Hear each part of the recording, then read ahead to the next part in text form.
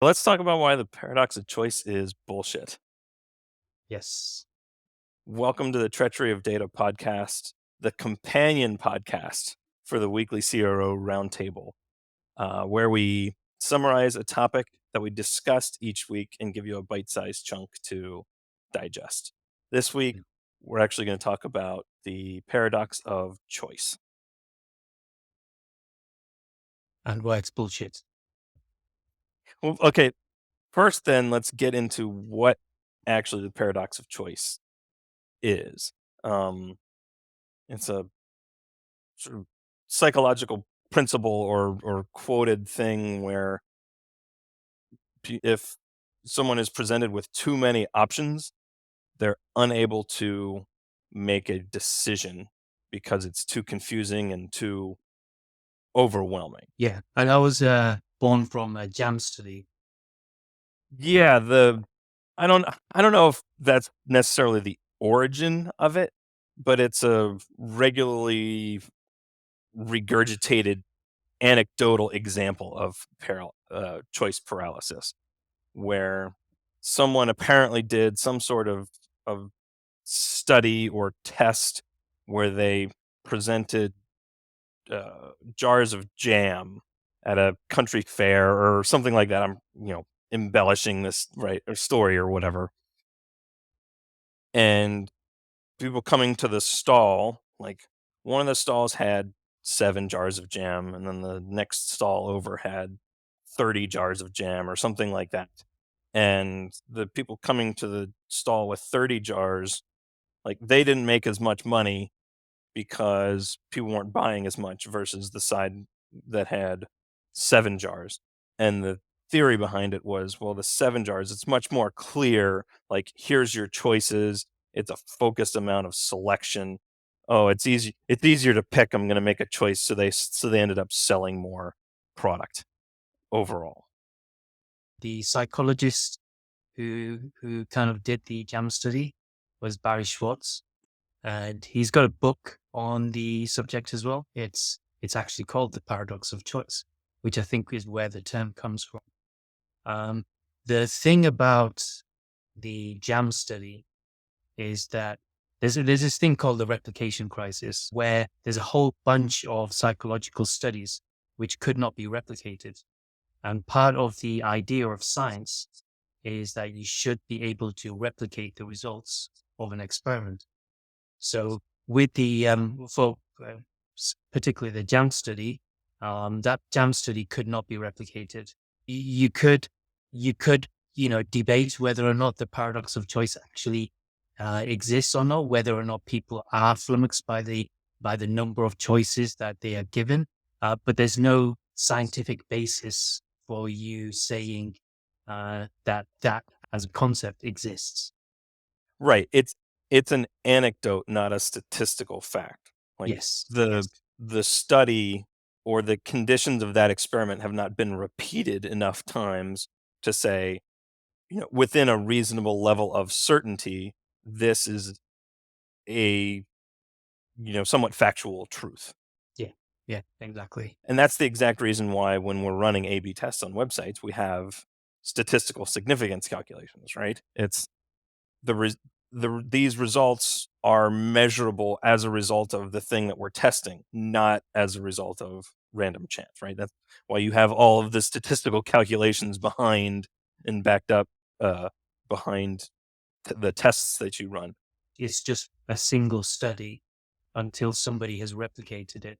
And if they have replicated it, only then can you say that this is an actual thing. So yeah, so there's a whole bunch of stuff that is included in the replication crisis.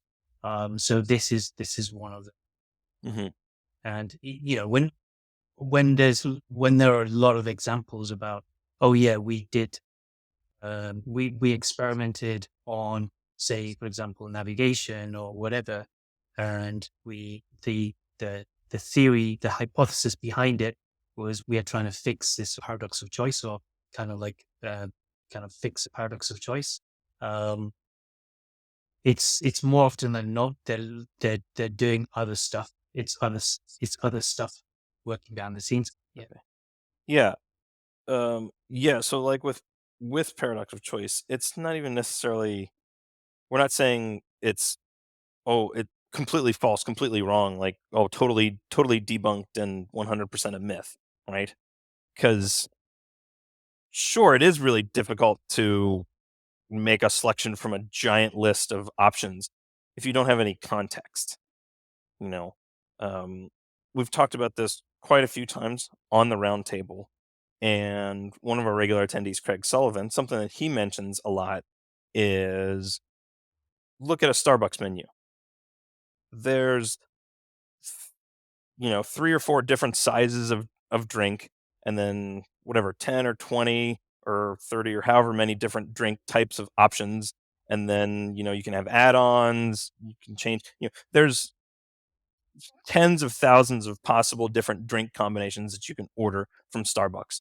And somehow people are making that choice, you know, thousands upon thousands upon thousands of times on a daily basis. They have no trouble at all picking from that menu. So, there's no choice paralysis there. They're not like, customers aren't coming in and looking at Starbucks menu and being like, "Oh, there's this giant list of options. I can't decide what I want to drink. I guess I'll just leave," or whatever. Take that same example and directly apply it to website. Look at, what's the biggest e-commerce store that there is? Amazon, right? How many millions of products does Amazon sell? And how many millions of transactions do they process on a daily basis? There's no choice paralysis going on there. I mean, that pretty clearly indicates that like people are able to make selections out of giant lists. The issue itself is the selection process, Hmm. right? You're not, even with those things I'm talking about, like the menu or Amazon, shoppers and customers have ways to self-select down to points of interest Hmm. that they're looking at. There's navigation and there's filtration. There's the search box. They can curate and prune down the list to a manageable amount of items. And that's sort of the key difference of, yes, there maybe is some choice paralysis, but only if your website is poorly constructed and you're not providing filtration mechanisms to allow the user to drill down into finding what they want. Yeah, because it seems like a lot of stuff that's attributed to choice paralysis is actually bad information architecture on a website. So bad information architecture on a website means you got a whole list of stuff that's there, and trying to find what the thing that you're interested in is just impossible. Now, if good information architecture will, one, uh, determine beforehand what it is that you are looking for based on maybe search criteria that maybe you searched in Google or whatever, coming onto the site, or being based on something that's popular, maybe based on something that you've done in the past, for instance. And then you would have all of those things easy to see on the in the top, and then there would be, even if there was some categorization done, some filters, or whatever it is, or some ways to deep link into specific sections that they are interested in. That kind of gets around the issue with, hey, there's a whole bunch of stuff here. How does a user find what they want to find? There's usually some pre-selected intent in mind, Mhm. right? Like let's use jam as that same example. Yeah, Like if you're going to the grocery store to buy jam, well, you're not just randomly going to the grocery store and being like, "I'm just gonna buy whatever looks interesting." You pro- that's some sort of purpose-driven, shopping trip. You're yeah, going to the grocery store because you have a grocery list, right? That's mm, a that's a thing that people do. yeah, You yeah, you're going there with some specific intent on what you're looking for and what you're wanting to purchase. And if jam is on the grocery list, that's what you're seeking out. Now yeah. there may be some variability there in flavor or brand or something, like you may or may not have a specific jam in mind, but Yeah, and even you're going if they do have a specific, like most of the time, they'll have a specific jam in mind, right? They'll have strawberry jam in mind. They'll go to the store and they might, yes, they might see a shelf with different types of jam, strawberry jam, raspberry jam, rhubarb jam, but they're not going to go, oh man, rhubarb jam or strawberry jam or raspberry jam. Which one is it that I like? The only problem that exists is in the jam aisle, say in the same shaped jars, you've got different types of product. Say you got sardines in the style of jam jars there. Then in that case, the user's going to have a hard time finding the strawberry jam because there's a whole right. aisle that's like all sorts of stuff. Right. So, If everything at the grocery store was packaged in jars with lids yeah, and nothing was labeled, yeah, you'd have a really hard time finding the strawberry jam. yeah. But that's not the case. But the sardines are in sardine cans, so there's a product design to that is very different to the strawberry jam jars. There's difference of product design. There's information organization in play, Yeah. right? In our same hypothetical example, jam and sardines aren't ever actually in the same aisle. It's findability that's the problem in that instance. It's not the choice of, hey, do I want the strawberry jam or do I want the sardines in a jam jar? It's kind of like it's a very it's a findability problem rather than a choice paralysis. Right. And they make gem purchases every day. Mm. It's not really that big of a deal. Like that pretty easily refutes the study, right? Like in general, people aren't going to the store and going to a particular aisle and being presented with a variety of choices and being like, I'm unable to decide. I have no idea what I want. I can't uh I can't buy any jam. I'm paralyzed. I can't move. I'm stuck in the grocery store forever. You Someone know. call someone That's call the hospital. Yeah, Yeah, exactly. yeah. Yeah, you call the fire department. We've got a A choice paralyzed, paralysis shopper here. They can't decide. yeah, Yeah, that's not a thing that ever happens. basically working with a mindset of giving the user relevance is, in a way to combat choice paralysis. Users are after the cheapest. They're looking for the cheapest ticket, for example.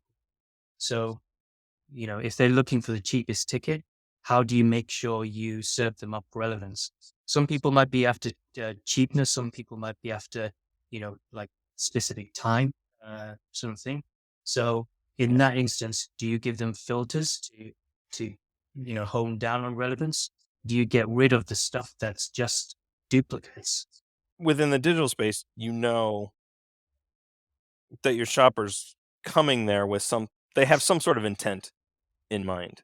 And that's the purpose that your navigation serves. Like you're creating information architecture for the user to find what they want.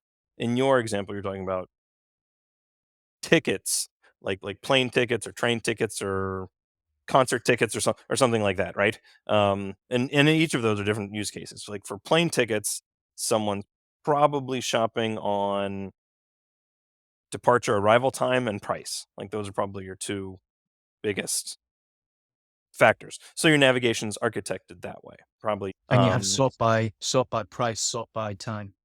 Right. On any category list, right, you have a price sort filter, Yes.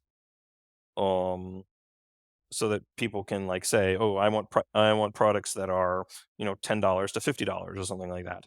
And then each list you can sort price high to low or price low to high. So you allow the user to adjust the information organization to suit their desired purchase intent.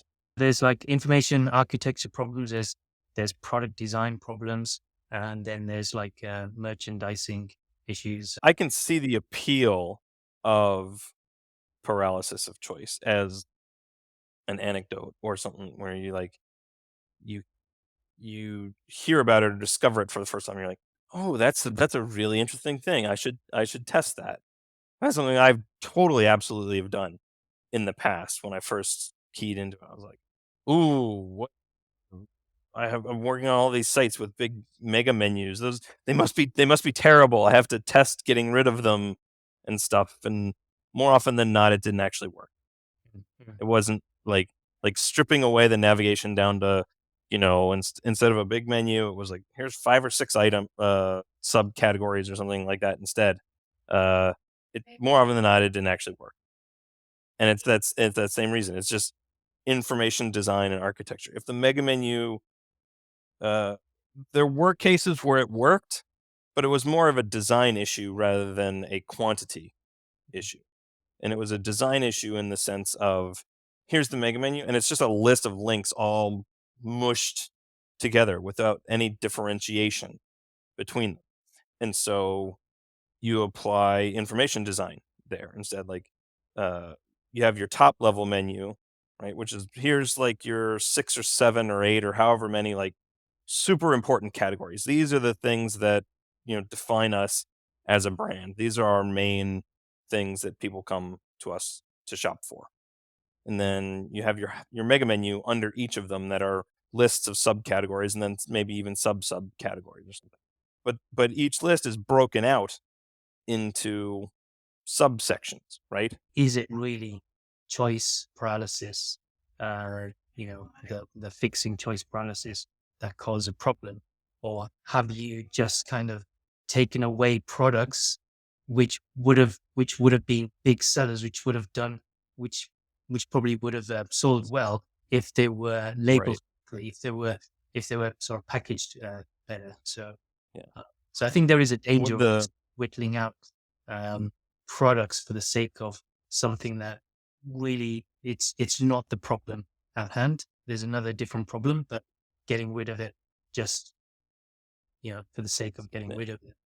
would the would the stall that had 30 jams actually have done better if they had taken them and split them up across 3 different tables or something like that instead, right? Instead of like, here's 30 jams to pick. It's worth mentioning that this jam study, where they had all these different types of jam, and they said, "Oh yeah, people were making a purchase when there are fewer options and stuff like that." That study could not be replicated. And that's the key thing to take away. So that was a single study that seemed to do well. Well, there's again, I don't know much detail about the specific experiment design, etc. Maybe the experiment design was a little bit hicky. Um, but the fact is that when that exact experiment was recreated, when it was trying to replicate the results of that experiment, it could not be replicated. Yeah, they're interesting anecdotes that seem to gain traction. There's Yes. there's all sorts of examples of these all of the all the time. They get picked up by news outlets and things like that. You always get that puff piece on the news all the time about, like, oh, drinking red wine is good for your health. So in order to sort of mitigate all of those kind of variables, replicating an experiment is Mhm. really important. That's hard to do with web experimentation, because what works for you might not work for someone else. There's too much variability at play. And uh, this becomes especially apparent if you're a consultant or working with an agency where you're working on multiple different websites. You have an idea or a hypothesis that you test out, and maybe you get a good result, and you're like, "Ooh, this is pretty interesting. I'm going to try it with all my other clients too." And sometimes it works for everybody, but more often than not, it doesn't always work. Does that mean the test isn't repeatable? No, it's totally repeatable. You're running that experiment within different contexts. Like, each website is a different context. Yeah, because maybe that wasn't a problem. The thing that worked on a particular site fixed a specific problem, and then on a different site, maybe that wasn't a problem at all. Maybe that's an irrelevant problem. In which case, doing that is not gonna work. And Yeah, so that's probably everything you ever wanted to know about choice paralysis. There's nothing more to discuss. there's nothing to know. Yeah. No, I'm totally I'm totally kidding. And if you disagree with us, come to the CRO Roundtable every Friday. You can always talk to me and Iqbal face to face there. You can sign up for it at conversionworld.co. You don't need a secret password or a special invite. It's open to anybody and everybody interested in CRO, experimentation, etc., etc. Any skill levels, beginners, experts, agencies, solo practitioners, if you're embedded on a team, whatever, everybody is welcome. Uh, we talk about relevant stuff. We talk about irrelevant stuff. If you like comics or other junk, we talk all the We time talk about as comics a well. lot. Yeah. Yep. So, come unwind, have a good chat. If you're shy or you don't like speaking, that's also cool. You can hit me and Iqbal up on LinkedIn at any time. Thanks for listening, and we'll see you next time.